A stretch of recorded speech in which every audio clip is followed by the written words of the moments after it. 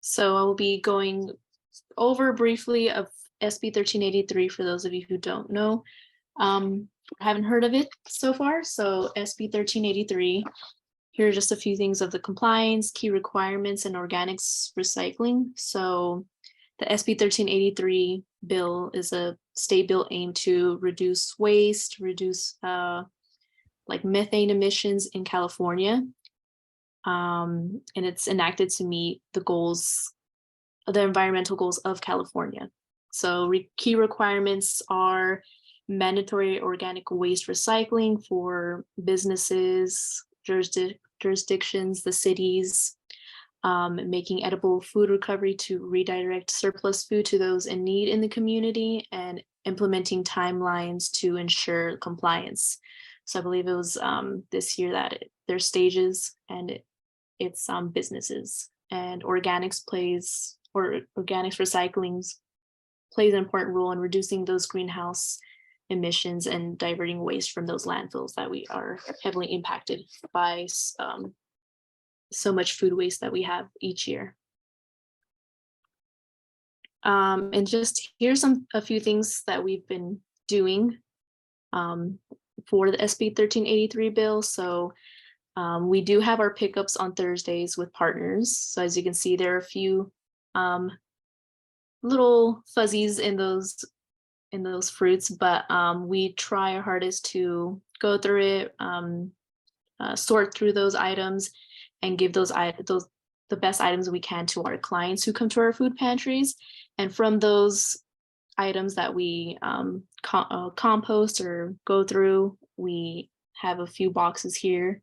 As you can see in the bottom right corner, we have farmers, composters who come pick up those bad fruits and veggies so they can in turn use that for their farms to feed their animals, and also help them with whatever costs that may help by not buying feed for their animals. So we're also trying to reduce waste and have like a waste management system in that way.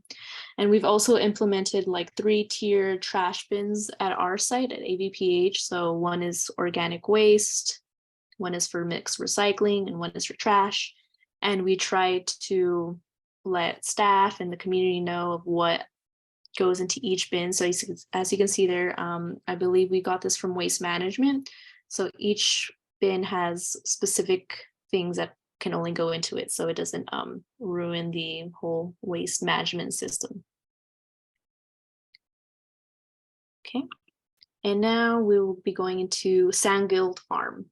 So here's just a little snippet of what Sound Guild Farm does. They're an organic market located in Imperial Blossom, and they are also music creators and farmers, and they take pride in serving the community and have done so for so many years.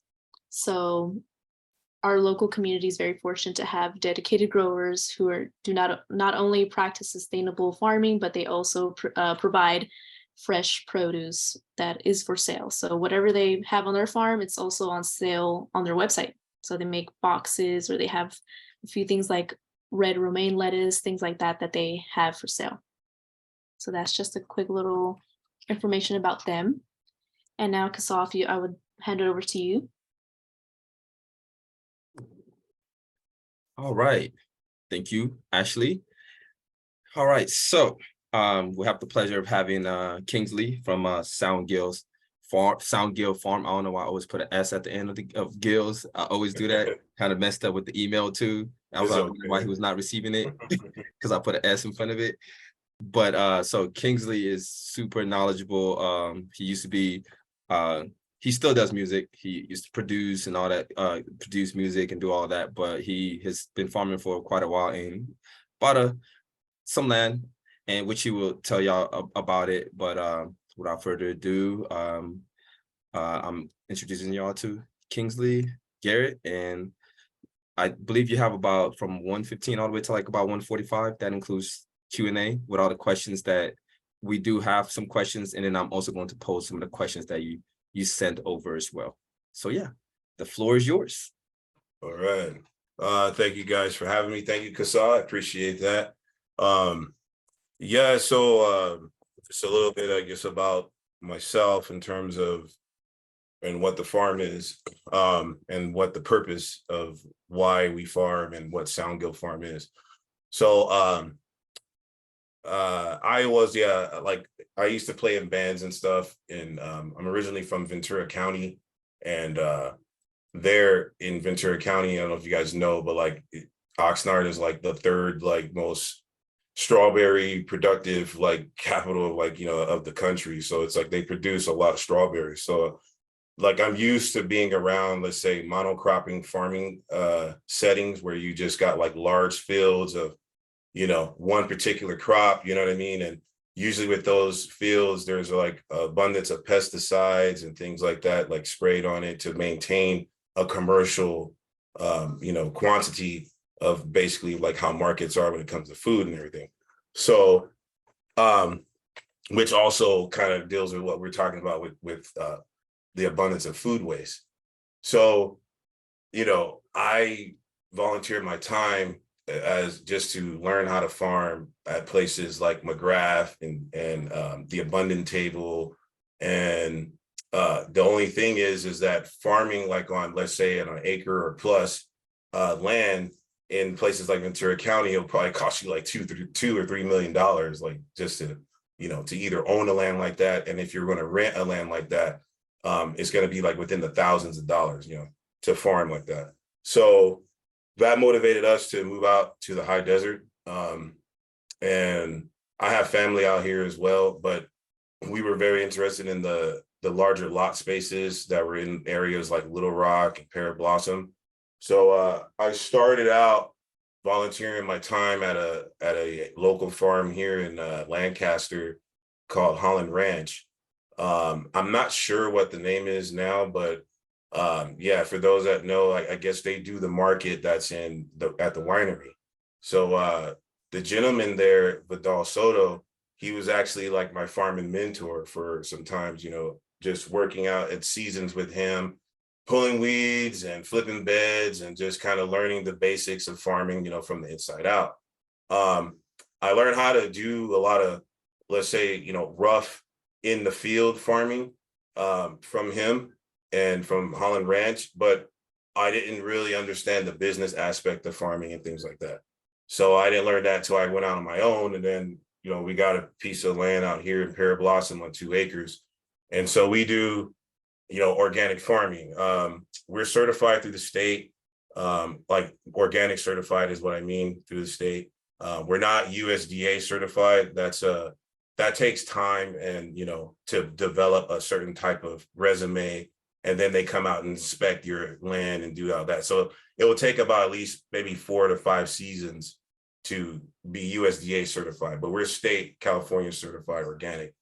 And so, yeah, and and from there, you know, it was just being out here on the land, planting and learning everything. And my whole passion really is to, when people eat the food that I grow, it's just a priceless feeling. You know, it's like something I can't really explain. It's like, that's like the ultimate high for me. You know what I mean? It's like just if people say, hey, you know, I had your greens or I had your this, and man, it was good. You know, we made a whole meal and fed the family, you know, like that really like hits my heart. So that alone, it was like, it just took one of those examples and it just spiraled down to this like, hey, I want to just keep doing this, you know.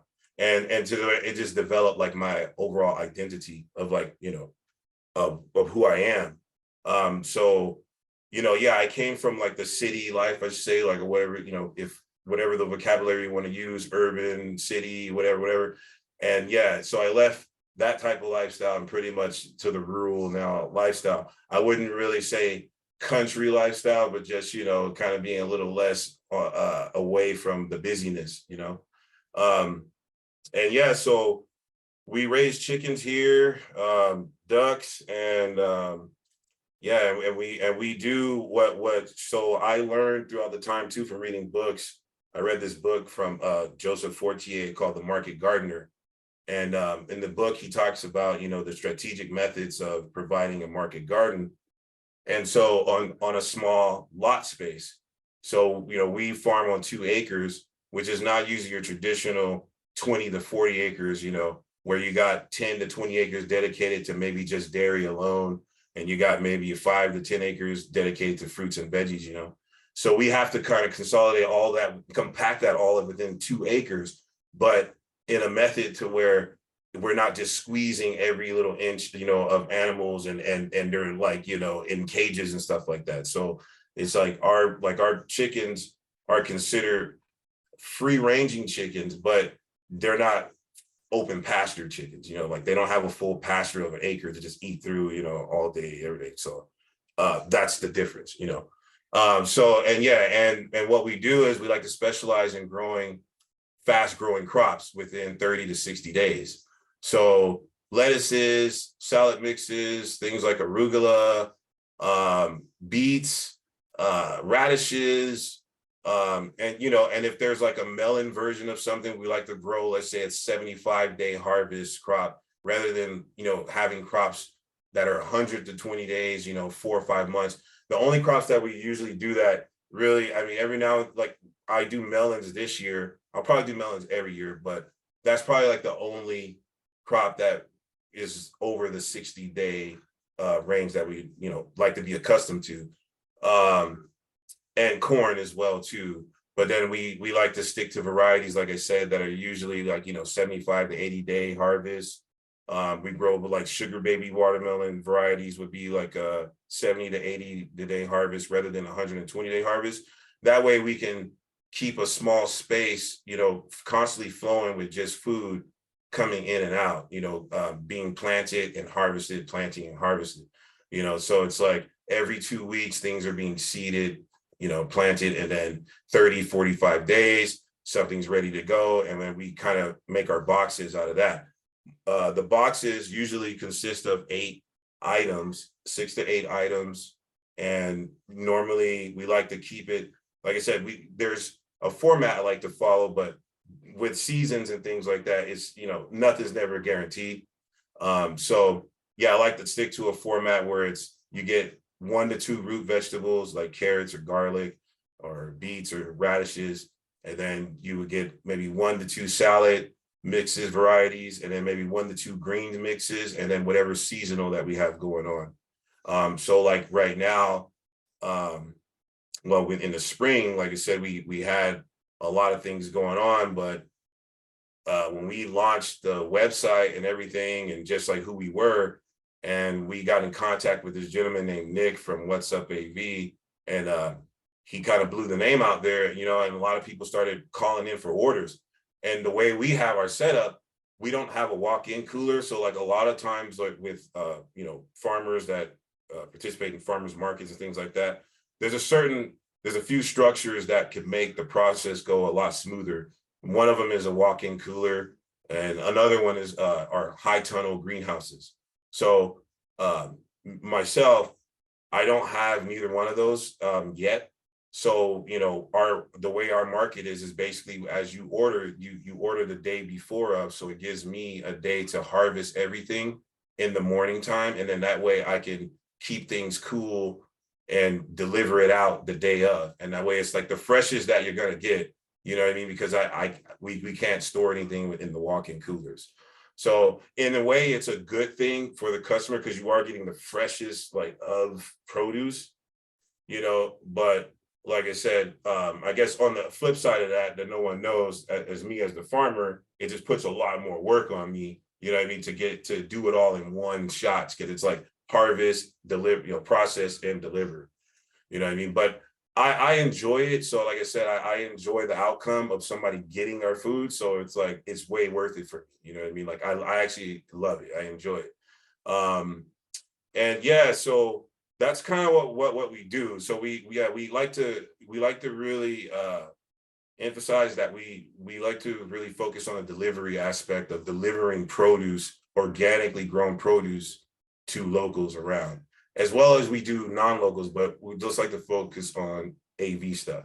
So yeah, we like to, so that's the whole thing, is we would like to get the system going to where we have all the adequate stuff to where we can process orders, you know, harvest, process, and get deliveries out to everybody, you know, on time and things like that. Because the way things were going, it could have got up to maybe 20, 30 orders, let's say, per week, which is a good number for me to manage.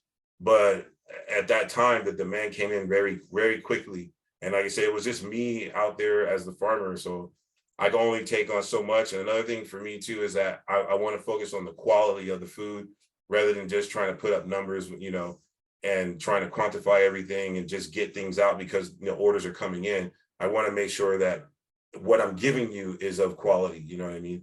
And stuff like that. So that means a lot to me, like the program that I see that you guys are connected to is a fantastic program. It would be great, like if small organic farmers, like when I have these boxes and things like that, there are times where I might not have enough to formulate 8 items in a box, you know what I mean? But I'll have a surplus of just random things maybe be around, and a lot of the times that stuff can either go to the compost bin or it can go to the chickens, and which is a really good circle to have, in terms of how things are getting composted and things like that. But it would be great because some of these items, crops are still good, and I can possibly do drop-offs along with that food share or something like that. You know what I mean? Like, that you guys are doing, because like, I mean, and at least, I guess if it's coming from me, like it would be as fresh as it can be, you know what I mean? Because it would basically be like the day after everything was supposed to be harvested, you know what I'm saying? So it's like you would get like a more freshness of a food coming from me as a small time farmer. I guess the only thing is that I probably wouldn't be able to keep up with the large numbers, you know what I mean, in terms of banging out like that many pounds of certain amount of food, as well as maybe the packaging, because some of that stuff I was seeing that maybe it comes in like packaged the way it's packaged at the stores or something like that, you know what I mean, or whatever. And obviously like my type of packaging is very raw, and I like it that way. I would like to keep it as least plastic as I can, and more biodegradable material as possible. And like we like to focus on the fact that your food comes straight from our farm to your house, rather than like onto the trucks from this city to that city, from that state to that state, onto it. So many, like me and Kasai was actually talking about this, and he was like, yeah, man, your food is in so many different hands, by the time it gets to your home. And I think like that's a really, really environmentally like good thing with small farms, is that you really do get the product. It's very transparent in terms of what's being done on the crops. Like a person, if you're really interested, you can come to the farm any day, every day. It doesn't matter. You can see everything I do from my routine, the whole nine. Like, I think that's the good thing, is the transparency that you get. You get a little more control as to what's going on with your food. You know what I'm saying? So I know I just talked a whole lot and just probably didn't even slow down and give no breaks, but probably left a few things out. I mean, and I don't know if I was supposed to talk about just composting or just give you a little intro, like who we are, what we do. But yeah, I'll leave it there for now. Perfect. Thank you. That's actually a great segue. So we do have some prep questions to ask you, which will lead into the compost, and you answering like the questions on what you do when it comes to the compost. So the first question that I have for you, I'm also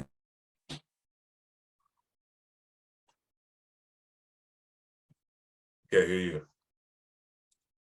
The first question is, how has composting helped your farm, and what benefits have you noticed, like healthier soil, better crop growth, or easier animal care? Fantastic question right there. All right, so hands down, if you're gonna farm, I mean, if you're gonna be an organic farmer, composting is your best friend. Compost is pretty much the key. If you're gonna be a home gardener, even backyard gardening, like compost is pretty much the key to growing good quality food. Because what happens is that in a non-composting sense, you would have to use a lot of products like bone meal and a lot of other supplemental products that would bring nitrogen with NPK, which is what people focus on with soil building, which is nitrogen, phosphorus, and potassium. So it's like with this whole, with those three going on at the same time, you know, they pretty much are like the key components of good, healthy soil. There's other components too, you know, like calcium and the other micronutrients, but those are like the key components. And with composting, you pretty much will get a nice balance, as well as nitrogen. Nitrogen is very key for like green plants, things, you know, things that are just like the focus on good, healthy leaves. Nitrogen is what's needed to you know, to for that plant to feed off of. So yeah, composting, if it's done right, can give you all of that, you know what I mean? So and what it is with composting is that it's an ongoing thing too. So it's something that, you know, you keep adding to you keep feeding the soil, you know, and that way you keep the soil alive and well. Because if the soil is not being fed, then it starts feeding on itself, you know what I mean, and depleting its own nutrients. So yeah, in the high desert, you would need composting for many reasons. One main reason would be for soil, for retaining moisture in the soil. Compost retains soil way better than, you know, our native soil here would be sandy soil that wouldn't really hold much, you know what I mean? So composting will act as, you know, something that can mend everything together and retain soil very well through these hot seasons, you know. So yeah. So just to answer your question, you know, I probably went off a lot, but yeah, it's good. It's a great thing. Perfect. Perfect. Thank you very much again. So I have another question for you here. The question is, what do you think farmers can do to help with composting and reducing food waste in their communities? And I'm going to post a question in the chat as well so that everyone can see it. So what do you think farmers can do to help with composting and reducing food waste in the community? You know, this is a good one, because this has something to do with my question, but I wanted to structure it a little better. Because for my question is what I'm saying, because the way I see it is, if there's if there's like farmers or gardeners in our communities, maybe we could be a little more tight knit in terms of identifying who we are, and then that way we can work together with these type of systems in terms of composting, because you know, you would think that, you know, every farmer composts, but in some cases it just may not be true. You know, some farmers may just be concerned about, you know, production and, you know, numbers and business aspects of things, rather than like the organic full circle lifestyle, you know, like the homesteader / farmer more aspect. You know, you'll have some farmers that may just outsource a lot of their materials, you know, from seedlings to plant starters to things, supplemental synthetic fertilizers, to the whole nine, you know what I mean? Because it all depends on just who you are as a farmer, I would say. And I think it would be beneficial if farmers could try to develop a little community. That way we can start really, you know, getting more involved with the ones that we consider that, you know, are more eco-friendly in terms of, you know, restoring things back to you know, our ecosystems, and focusing more on no-till gardens and things like that, you know what I'm saying, to where it's full circle with the environment, you as the farmer, as well as your community, you know what I'm saying, rather than just production and, you know, capital and money and things like that, you know what I'm saying? So yeah. Good. Thank you very much for that question. So this one, I'm over here, I'm trying to copy this so I can paste it. But the question here is, the next question I have for you is, the next question, which I don't know why I got it lost, but this is the question. What advice would you give to other farmers who want to start composting?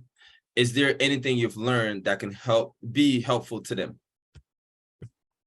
Yeah, I would say, just kind of know, just deal with the basics, that basically all compost needs, is you need the water, you need air, and you know what I mean, and you need to build your bin, and you need your nitrogen, you need your carbon.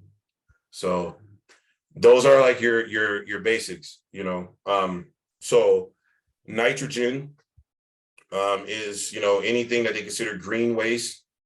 You can compost your food scraps like raw food. The only thing that comes with that is that you got to be aware that pests and things like that are going to latch onto that, the mice and cats and whatever.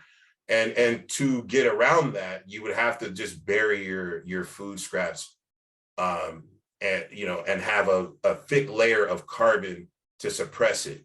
You know what I mean? And things like that. So yeah, it's basically you would need is you just focus on the basics: nitrogen, carbon. You need your water and you need your air. And that's your basic system. Now everybody can get intricate into like how you're going to develop that system, whether you're going to build a 3-bin composting system, a tumbler that people see with looks like a trash can lid that's like circular, and you kind of turn it. Some people just have static piles where you just set a pile and you just kind of let it slow compost. Some people have hot composting, which is what I do, which is, you turn the compost on a regular basis to keep air within the system, so then it breaks down faster. I don't know. So now I feel like I'm going into the into the whole thing, because I was going to go into the whole spiel of the system, like how it works. You know what I mean? So yeah, I would tell the basic farmer, just stick to the basics. Nitrogen, carbon, air, and water. Perfect. Thank you. And this is what the last question that I will ask. And then I'm also going to post some of the questions that you had sent me earlier. And hopefully someone in this, as part of this meeting, might have an answer that you're looking for to supporting your needs. So this question is, I think I came up with it today. I kind of rephrased one, is what kind of support from the local or state? And I think kind of goes into one of the questions that you asked in your email as well. What kind of support from the local or state governments do you believe will be most effective in promoting composting and empowering local farmers to adopt sustainable practices? Yeah, I think one would be is to identify the farmers that are doing it out here, in these spaces, whether it be their backyards or large lots, and present these things to them in terms of utilizing your space as a eco-friendly space. And in return, I don't know if a person gets compensated, for this, clearly, because you're using their home or whatever, their space or whatever, or and I don't know if like the city can just hire some composting people to to where they can man it and turn it, or set the system up and make it a place to where city folks can know you can dump your compost materials, because not everybody wants green waste on their yard. Not everybody wants to compost, and we understand that, but there are people that really love doing it. And if you can identify the people that really love doing it, and then maybe create a system to where it's like, okay, I'm out here in a rural area where we don't have recycle bins, we don't have we don't even have green waste, and and we're out here in these like large lots, and we don't even have a green waste like trash bins or anything like that. It's just trash. So a lot of people they find ways to do what they do. But then I know that that out here in the rural areas, things pile up, and it's a common thing that you can drive around in the rural towns and you can see things that's like, they may not want that there. It's just got way out of hand, and other things may have occurred and they just can't break it down anymore. You know what I mean? So it's like whether if it's wood, tree limbs just piled up mile high. Sometimes it could be their horse manure just piled up mile high. You never know.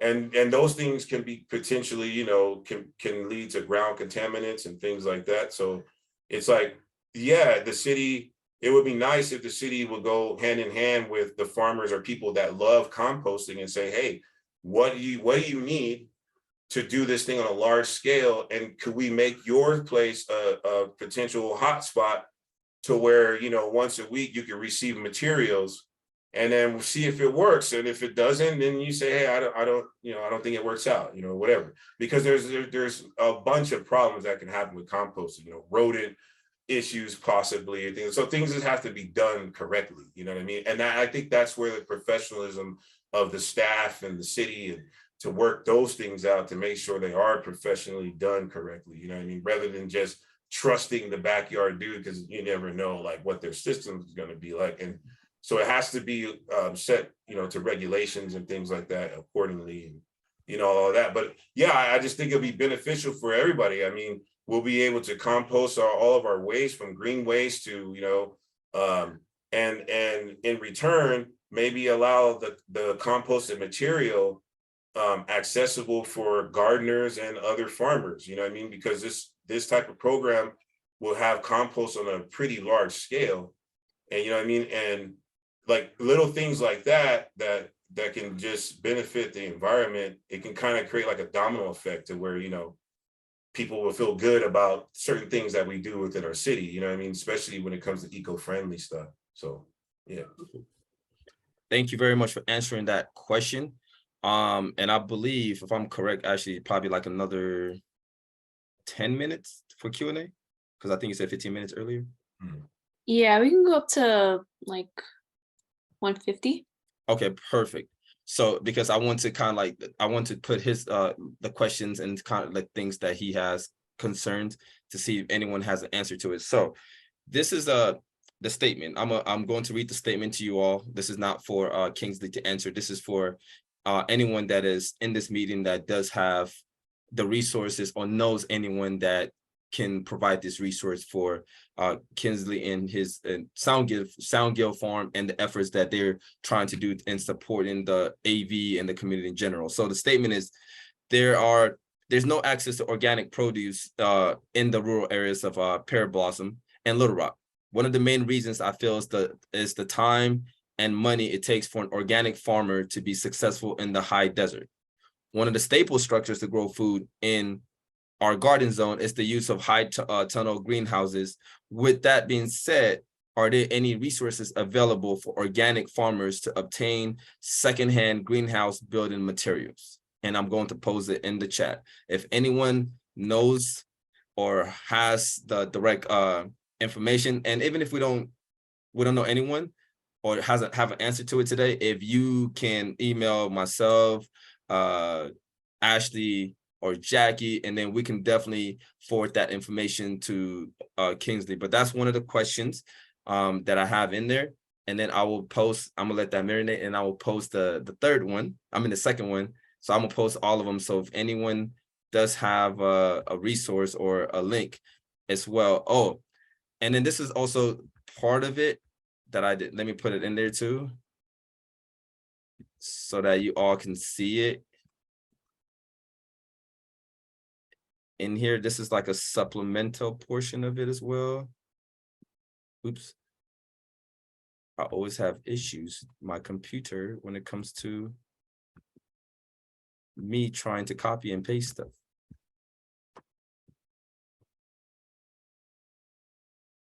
All right, there you go. So this is a supplemental portion of it that was in there. That was part of that first question. It says, about 2 years ago, the sheriffs made a big drug bust in the AV that had over $1 million worth of agricultural material. The site had multiple greenhouses, but these materials were simply destroyed. I feel that local farmers could have utilized the confiscated materials instead. Yeah, that was, yeah, I was shook up by that one. I was, it was happening a lot. You know, it was going around, you know, big busts were going around, you know, with a lot of the cannabis growers, and with their setups.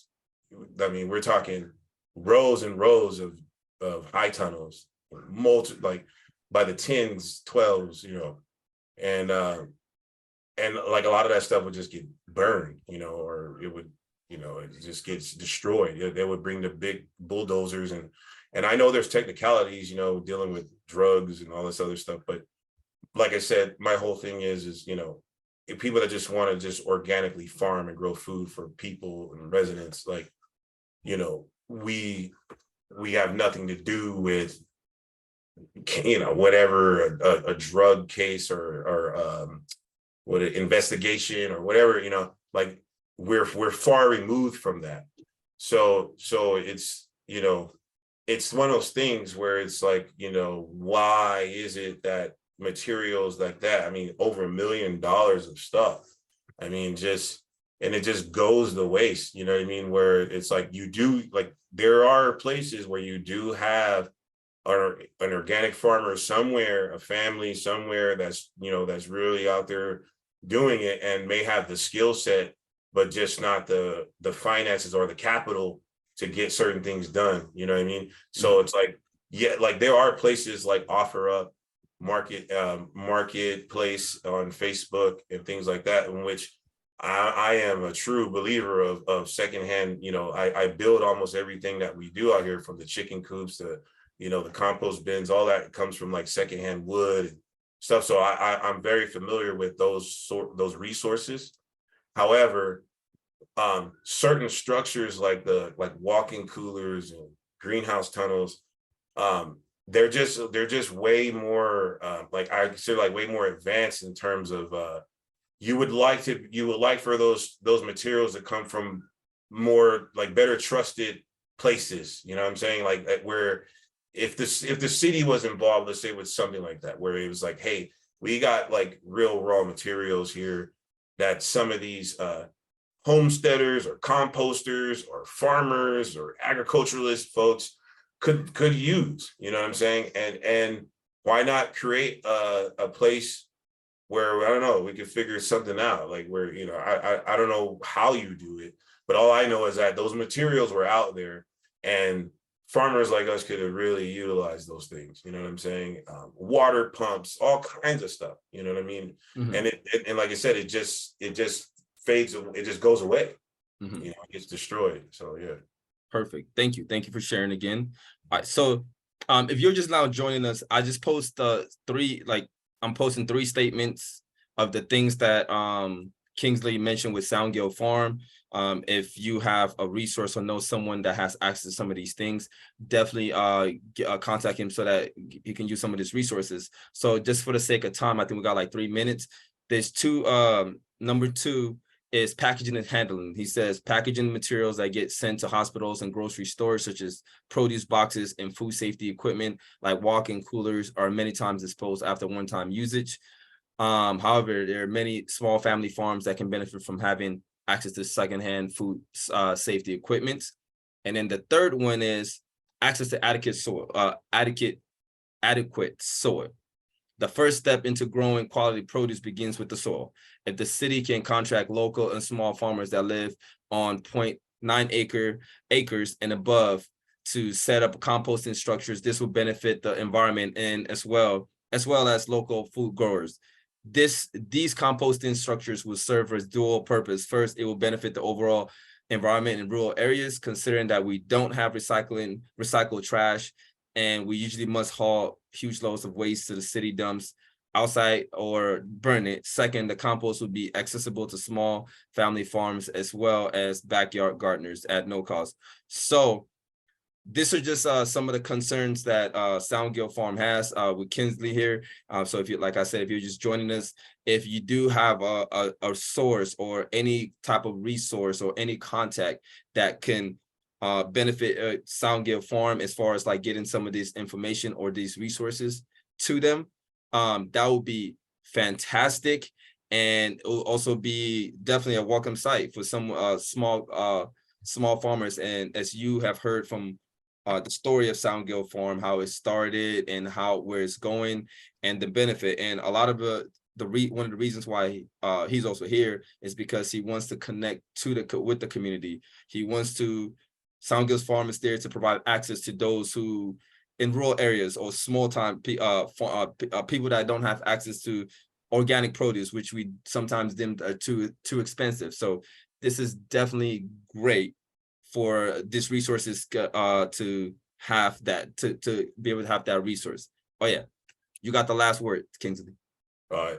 Hey, thank you for that, Kasai. I really appreciate that. I really wanted to say too, that if there is any type of place that can use organically grown food, you know what I mean, that's certified or whatever, and you know, like if it can be, you know, some of the stuff that, you know, it could be like the last harvest of stuff, but it doesn't have to be. But if there are places, I don't know if there's like, I don't know if it's after school stuff, programs, or if there's parks, if they like with their food programs, like if there's anything where like if they need like a salad mix prepared, or anything that can deal with organically grown food, we were more than happy like to be a part of stuff, some like things like that.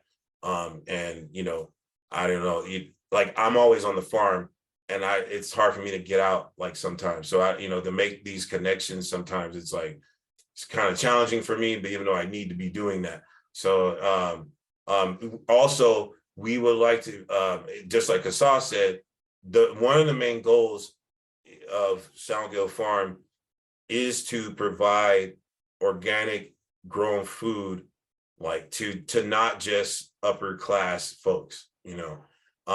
I didn't get into farming to go every weekend to go to farmers markets in Malibu and things like that, you know, to make a killing and sell, you know, $1,000, $2,000 worth of tomatoes. Like, that's not my goal. If you see the structure of the things that we're selling, I mean, we're selling 8 items in the box, you know, sometimes for $20, you know what I mean? And it's not because, you know, I see, you know, that's where I see my skill set as a farmer. I honestly want things to be accessible for people that normally can't have organically grown food.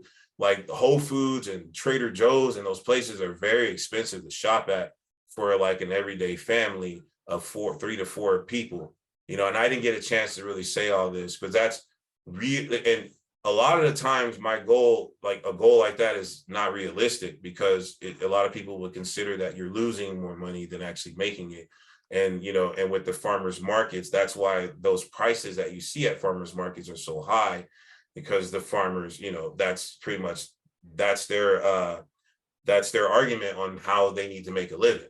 You know what I mean? To sell you a $5 to $6 tomato or that type of stuff. So it's like, I'm kind of trying to do the reverse, you know what I mean? And with you know, with the helps of community folks and things like that, you know, where it's like, where food can be accessible, but not just the throwaway food, like the real deal, like harvest out the ground, fresh.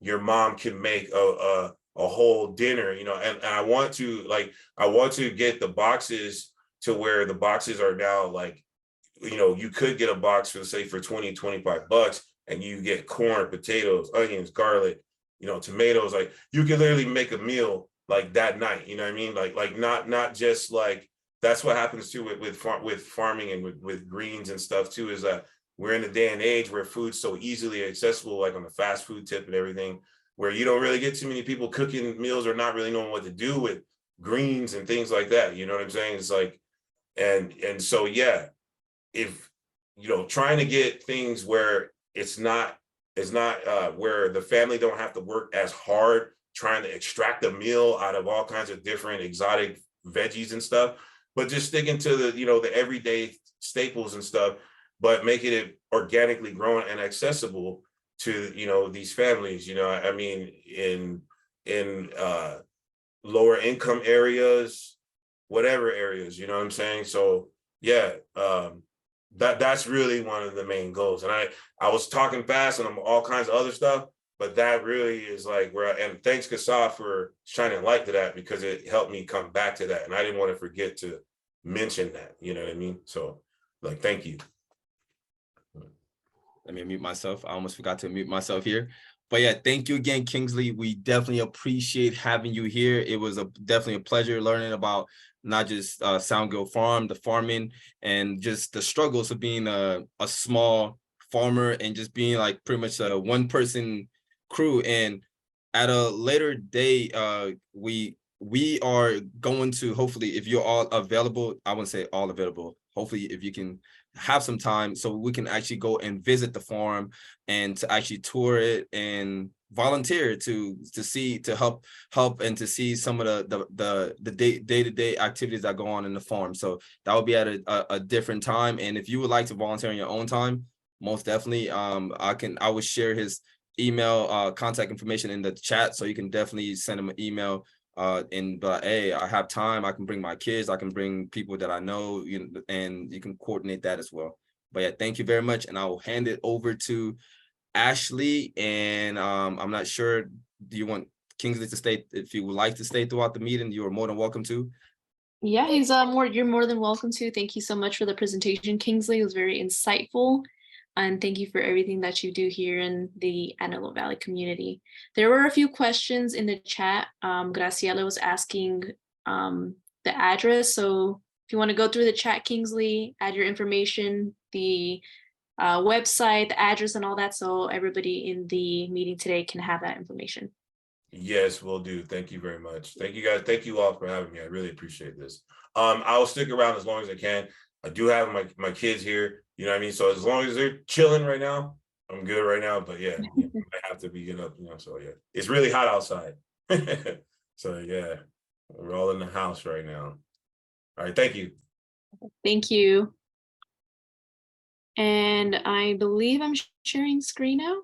Can everybody see my screen? Yes, you're good. Perfect. Okay. All right. Well, thank you everyone for staying and listening. But now we're going into our collaborative initiative, and we're going to be doing a mural activity regarding SB 1383 and any challenges and successes that anybody would like to share. So we're going to be sharing a link to the mural activity in the chat. And Jackie will be facilitating this activity. Thank you, Ashley. She's going to put the link in the chat. If you can all click on that when it opens up. Oh, may I share, please? When the link opens up, there will be a page with some sticky notes or post-it notes that say successes and challenges. We want to get an idea of where everyone is now that we're in July. And we've started talking about this back in January, just trying to get a good gauge of where everyone is at. You'll click on the link. You should be able to pop up and show up on a page that looks like this. And this is really looking at what types of successes have you been having. So Ashley shared a little bit in the beginning of our presentation today, or the beginning of our meeting, our connections that we've developed with a local farm or animal rescue, and having the bins available for staff to properly dispose of their items. But then there are some challenges that we haven't discussed. So you'll be able to click on the sticky note and you'll just go ahead and add some text. And so that way we can get a good idea of how SB 1383 is working for you so far. Any of the challenges that you're encountering, because this also helps us with planning the next meetings or the next meeting that we'll have in October to make sure that we're addressing more guidance as to where we want to go and be successful in supporting our community with SB 1383. So I believe Ashley put the link in the chat. If you can go ahead and click on that, and you should be navigated to a page that looks like this. Yes, you can also, if you don't have access to it or can't for any reason, you can also put your answers in the chat, your successes or challenges. We also want you to unmute yourself as well. If that's another option that you can do at the time, please feel free to unmute yourself, and so we can have a conversation and get our collaborative juices flowing. Yes. And we'll do this if we can, maybe about 4 minutes. Just quickly drop in either in the chat or on the page itself some of the successes and challenges that you've had. This will also help with best practices with each other. Maybe you all are doing something that we haven't thought about, or maybe we see something you all are doing, we want to connect with you so we can be a part of that process. Go ahead and put it on the board or in the chat, and I can copy and paste it onto a sticky note for you. Mhm. I'll give you all a few minutes here.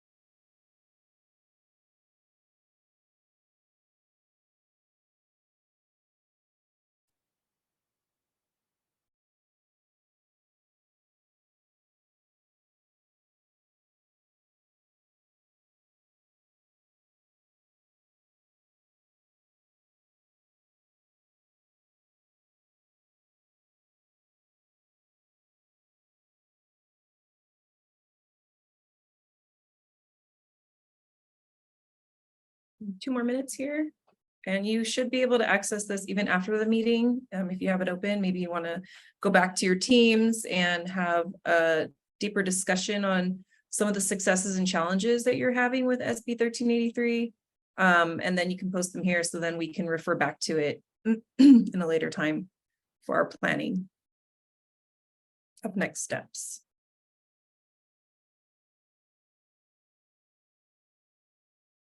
And like Ashley mentioned, if you're having issues, just go ahead and put it in the chat, and then we can drop it on the board.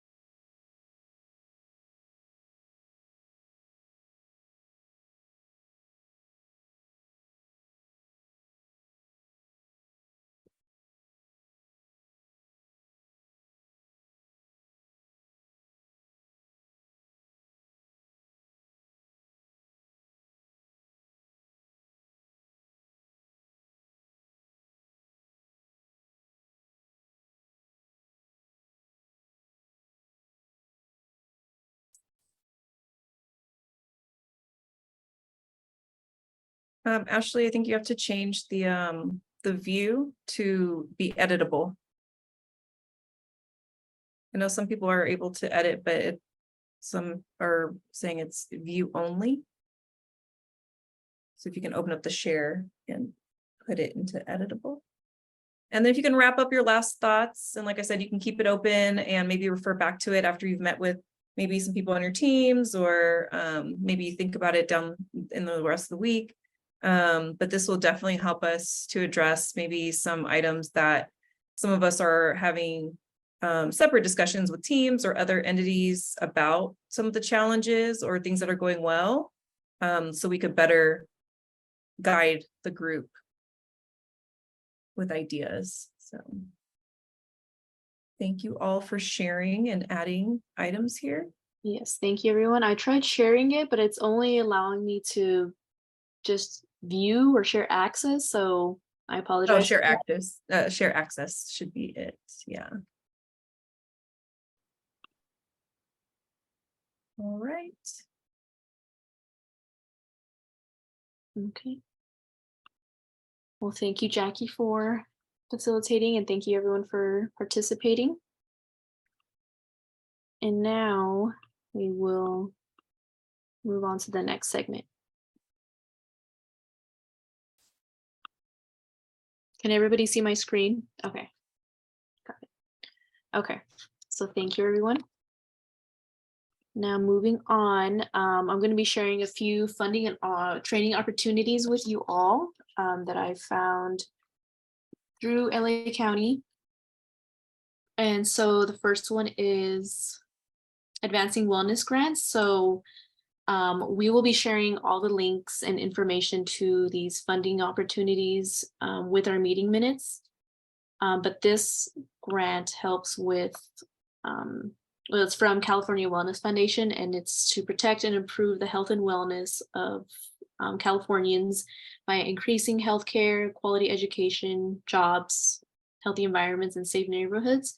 So this will help nonprofits, religious organizations, tribal governments to implement activities related to direct services, public policy, leadership, and capacity building. So that's a good one for all of us that are here today. And again, we will be sharing this with our meeting minutes, so please keep an eye out for that. And then the next one is bulk milk. So this is geared towards school districts. And this application is open from May 16th all the way to the end of this month. So if you're not a school district yourself, or you network, or you have colleagues that are at a school district, you can share this resource with them. So the outcome of this program is to reduce packaging and milk waste. They also want to lower costs for milk purchasing, disposal, and refrigeration, also with cost savings used to procure organic milk. And they also want to improve student nutrition by increasing overall milk consumption. Okay. And then we have the food rescue macro grant. So this is from LA Food Policy Council, and applicants are encouraged to participate in 1 or 2 informational sessions, with one being today at 4 p.m. So we will be sharing that registration link. And then, so the food rescue grants, it's a 2-part funding opportunity intended to address food insecurity and climate change by supporting food recovery distribution systems within the city of LA. So it's a capacity building grant that funds multi-stakeholder and cross-sectoral partnerships in LA. The program aims to deepen relationships, develop processes, and implement projects of larger food recovery networks in all of LA. And they will be awarding up to $104,000 for their projects. So that's quite a bit of monies that they're having. So please, please, please, we'll be sharing this information. Keep yourself updated with these grants, and you can possibly, if it won't work out for you, maybe you can share with other colleagues and in your networks. Okay. I'm putting the link in the chat for the registration for today at 4. Okay, cool. Thank you, Jackie. So yeah, so Jackie will be sharing that in the chat. So if you have some time today at 4, please join. Or you can also share with other colleagues and other people in your network. Okay. And now we'll be going into the food waste infographics. And I'm sure all of you are aware that the team works very hard to create these infographics to share through our social media and with our participants and our clients at our food pantries. This month is Smart Prep. So Kasal made this wonderful infographic that we are to be sharing this month. Again, we'll be sharing these out with the meeting minutes. So we encourage everybody to take a look at them, share with their, again, network, their colleagues, Also share on their social media if they can, on their websites. We really want to get this information out into the community, to also let them know who we are. As you can see on the bottom right corner, we have our logo, which is Antelope Valley Food Access Network. So we're trying to have those items and all those infographics out to the community so they can learn more about us and what we do. And we are also sharing code extension dates. So this is very useful in teaching pantry customers about expiration date guidelines, which reduces food waste, but not only to our customers, as well as our staff members or whoever are doing the food distributions. I had an experience last month where it was a volunteer staff member. They saw canned food past its date and they said, "Is this still good? We should throw this out." But a lot of the time, most of these items are still pretty good to keep, and they are still, edible after that date that's on the item. So the only dates I would say just to keep aware of would just be baby food. Obviously, we don't want to give out baby food or vitamins that are past its date. But everything else, as far as beverages, canned foods, condiments, and syrups, they are more than good to eat after that date that's on the label. Most of the time, those dates are just for the manufacturer or the store, the sell-by date, and things like that. So this is an item that is very useful for pantry staff and customers as well, just to know that most of these items are still good. And in turn, that reduces food waste in the community. So we will also be sharing this out with the meeting minutes. So I encourage everyone to share with their staff and also make copies as well for their pantry clients that are coming through. Okay, and now we'll be going into closing remarks. So does anybody have any comments or questions that they would like to share? You can use the chat, you can unmute yourself. The floor is yours.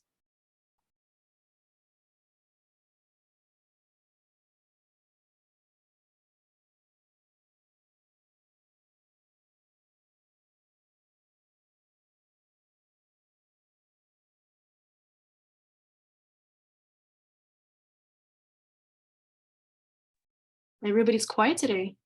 Maybe it's the heat. Someone, Marie asked, when is the second meeting for the grant that meets today? Yeah, I was wondering when the second meeting is, because as you said, there's a meeting today at 4, and then you said that there's a second one that's mandatory. When is that one per se? No, that one, they only have 2 informational meetings. One was yesterday and the second one is today. So only one.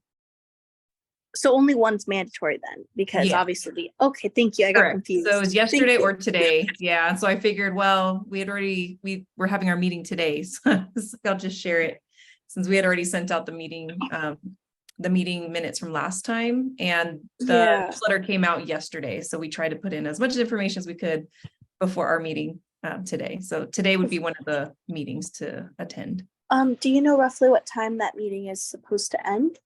So I think it's 4 to 5. Okay. Yeah. Thank you so much. Oh, no I hope to see you there. Yes.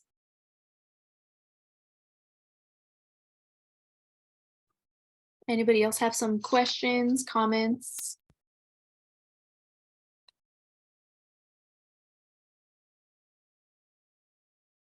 Okay, so successes and accomplishments. Would anybody would like to share successes, accomplishments, new partnerships created? Anything else they would like to share with their agency, organization? Please feel free to share. We would like to celebrate as well. I would like to share for me, like the success is being able to connect with different local entities that are doing a lot of different things when it comes to composting, just farms, just getting to understand who are the people in the community, just to seeing what they're doing. A great example, you got Kingsley here today, sharing about the stuff that he's working on, the things he's been working on, and just having that those different connections, I think, will be definitely beneficial, since we have been on the topic of SB 1383, and those local entities are at some point are going to bring it together, because I know this law is in place, and I'm sure the cities, the different various entities, the cities, even individuals like ourselves will benefit from these various resources. And I think it's important for sure to be able to make those different connections, to just learn about what a lot of different community organizations are doing and some of the challenges that people are having. And hopefully with this meetings will be able to help, address some of those issues as well. Great. Thank you, Kasa, for sharing. I agree. Having this open conversation and having everybody here really brings it to the forefront. Okay, would anybody else like to share?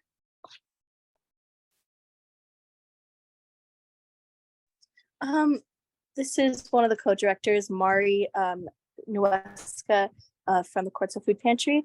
I'm here with Danielle and Tiffany as well. And this was our first meeting with this new group, and we're just looking forward to seeing this relationship and partnership grow. For the past almost 4 years, our pantry has had partnerships only with the Dream Center and Grace Resources, and to be able to now offer fresh produce in our boxes that we do every month, twice a month, is really beneficial for the people we serve. Great. Thank you for sharing, Mari. We're super excited for this new partnership as well, and hopefully we can get some things to you and your pantry. So thank you for sharing. Okay. Any agency updates? Anything you'd like to share? What's going on? Any events? Please feel free. We have a distribution this last Saturday of the month, July 29th. We do distributions that are door drop distributions to Little Rock, Pear Blossom, all the Antelope Valley, including West Palmdale, West Lancaster, East and Lancaster and Palmdale, and Quartzville. We serve all the AV. If someone from where I live in Lake Hughes, Lake Elizabeth signs up, they would also be served too. So please let them know. We have a form that we could send in the chat if you guys want to share it with your people. We do have a maximum of families that we do serve. I think it's 50 this time. Well, thank you for sharing, Mara. If you want to put your information into the chat as well, please feel free. So email, phone number, etc., that form. So everybody else on this call can have that information.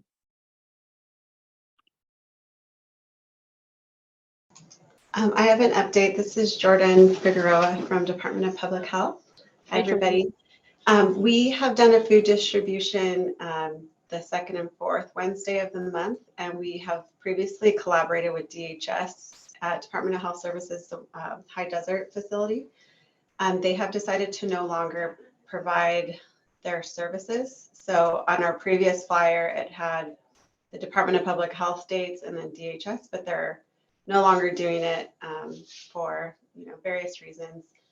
And we will change our dates starting in October. We're only going to provide our food distribution once a month. So we have that flyer updated for the new flyer that shows that DHS isn't doing it anymore. So it just has the DPH date. So I can send that to you, Ashley, if you want to send that out. And then starting October, we're just going to do the food distribution once a month. So as soon as we have that flyer finalized, I can go ahead and send that over as well. Does that sound like a plan? Yes, definitely, Jordan. Once you have that, you can share with me so I can share with the whole group.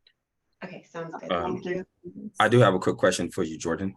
Yeah. Well, since you're going once a month Mm-hmm.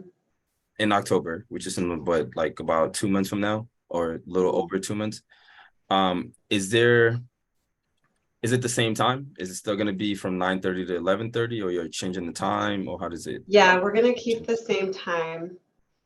So that will be the same. We don't have the same, it's getting a little bit tough with staffing to do it twice a month with the amount of food we're getting. So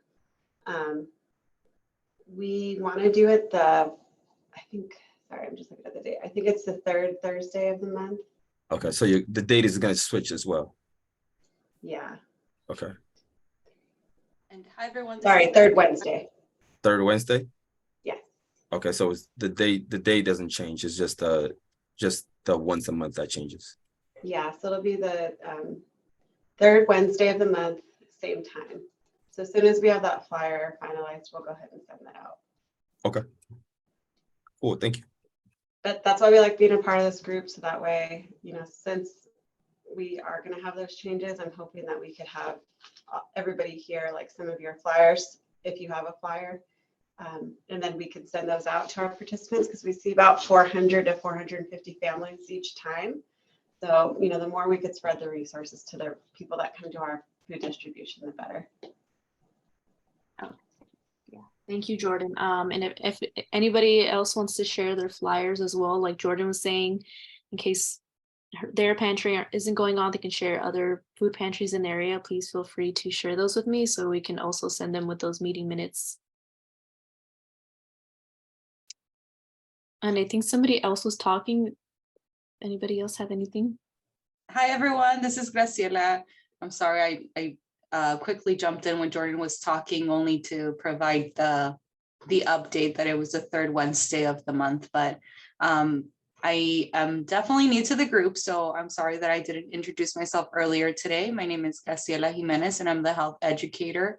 I'm fairly new to the Department of Public Health over at the Community and Field Services Division, but I have had the pleasure to already work a little bit with Kasa, and so he's been like joining some of our food distribution events, right?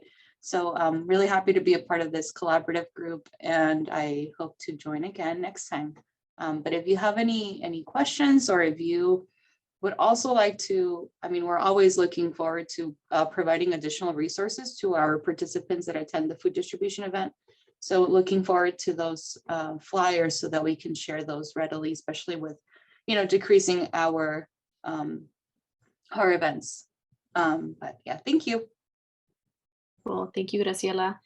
And just quickly before we finish off, Kasa put in the chat if you could put your name and organization into the chat. And there are a few flyers from Court Seal, so if you also want to grab some of those, they're also in the chat. And does anybody else have any updates they want to share?